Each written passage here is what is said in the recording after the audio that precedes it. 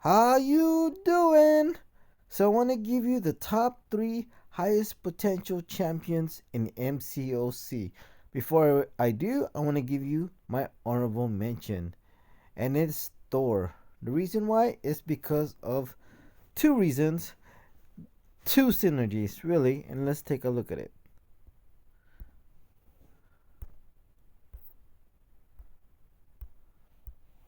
And it's because of Odin and Heimdall synergy. So let's look at the Heimdall synergy first. When it comes to Heimdall synergy, once per fight, Heimdall will earn the seat on your behalf the first time when you will be knocked out, gain both an indestructible and an unstoppable buff which lasts for 2 seconds. So combine that with Odin synergy. Odin synergy with Thor, and let's take a look at it because it's very important. So Thor and Hela plus 5% buff duration for each fight the team has won.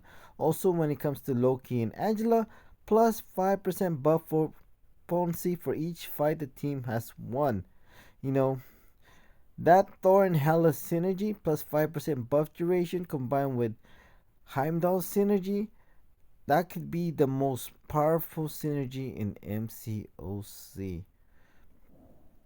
And if arguably, if not, the one below it, which is Loki and Angela, plus 5% buff potency for each fight the team has won. So, as I mentioned, when it comes to Thor, he's number 4 on the list, or just an honorable mention, because it doesn't even really matter when it comes to Thor. You know, just because of that synergy is so powerful with Odin and Heimdall, you know, being indestructible. Let's say technically there's no limit. I'm assuming there's no limit when it comes to the buff duration. If you win infinite fights, you will never get knocked out unless they can nullify your buff or fate seal your buff. There's something like that that can get rid of your buffs because you're going to be indestructible and unstoppable for, infinite time duration. So it doesn't even matter if it's Thor or Groot. That energy is so powerful because you're never gonna be knocked out or because of the indestructible unless they can remove your buffs. And actually, the crazy part about it is when you look at what do you call this, Groot. Groot is actually probably a better champion to have that synergy with because he has cruelty buffs, he has fury buffs, he can shrug off debuffs, fast 55% faster. What else? He has regeneration, he has bleed, so he has damage over time. So he might not hit as hard as Thor, but he has better utility. So it might seem like a joke, but really, Groot could arguably be better with that synergy than Thor. So that was my honorable mention is Thor because of that synergy. Let me give you my top 3 highest potential champion in the game. So let's take a look at number 3 on that list. And it's Aegon. Out of the top 3 champions with the highest potential in the game, I would say that Aegon is the most realistic one. Let's take a look at his abilities. I'm not going to read through all of it, but I believe he has 13 different abilities. So once you get to 13 persistent charge, he maxed out on his abilities. And when he gets to 1,000 hit combo meter. So something I said 3 years ago when it comes to Aegon, I said when Abyss just came out that he was the best champion in the game just because he could do so many things when he's fully ramped up. Once you get him to that 1,000 hit combo meter, he could do so many things in the game. What just came out recently? The Behemoth 8.2. He's like the best option for Behemoth because of his abilities. He has so many abilities in the game. That's why he has one of the highest potential in the game. He can shrug off debuffs. He can, he has true accuracy. He can reduce ignore physical resistance. He gains fury buffs. He can reduce defensibility accuracy. He gains unstoppable, unblockable. Once you get to 1,000 hits, when once you have him at max persistent charge, there's no doubt that Aegon has damage of 5. He's like one of the best option and probably has the highest DPS when it comes to certain fights because he just ignored the nodes. He does so many things, and his hits are almost guaranteed critical hits.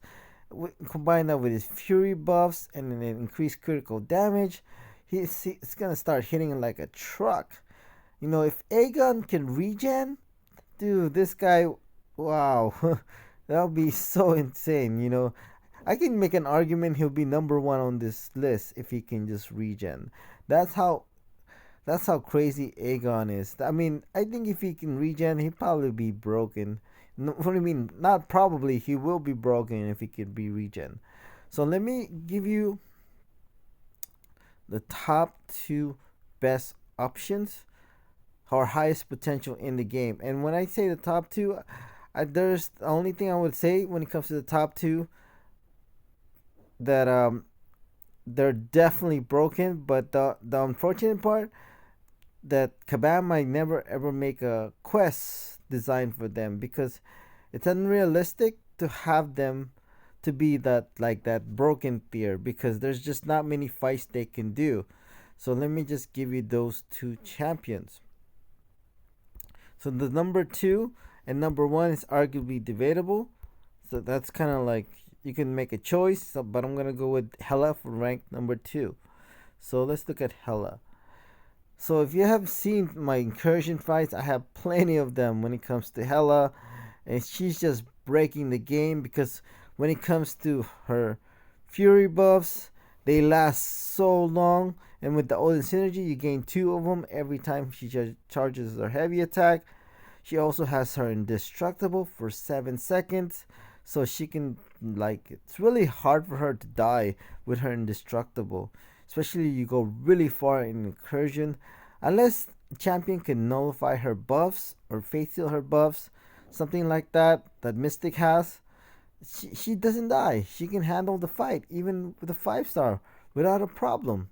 When you go far enough in incursion, if she had that ability with Galen that can nullify, become nullify immune as well as fate seal immune, something that like the Mystic has, she would never die. That's how broken she would be. I mean, even the way she is now, she's already broken if you can win like infinite fights. Not even really infinite fights. Let's just say like 400 fights. Okay? That's 2000% buff duration. So think about it. Her indestructible is 7 seconds long. So 2000% buff duration, that's like 20 seconds 20 times. So 20 times 7 is 140 seconds. Plus her base 7 seconds, that's 147 seconds of indestructibility.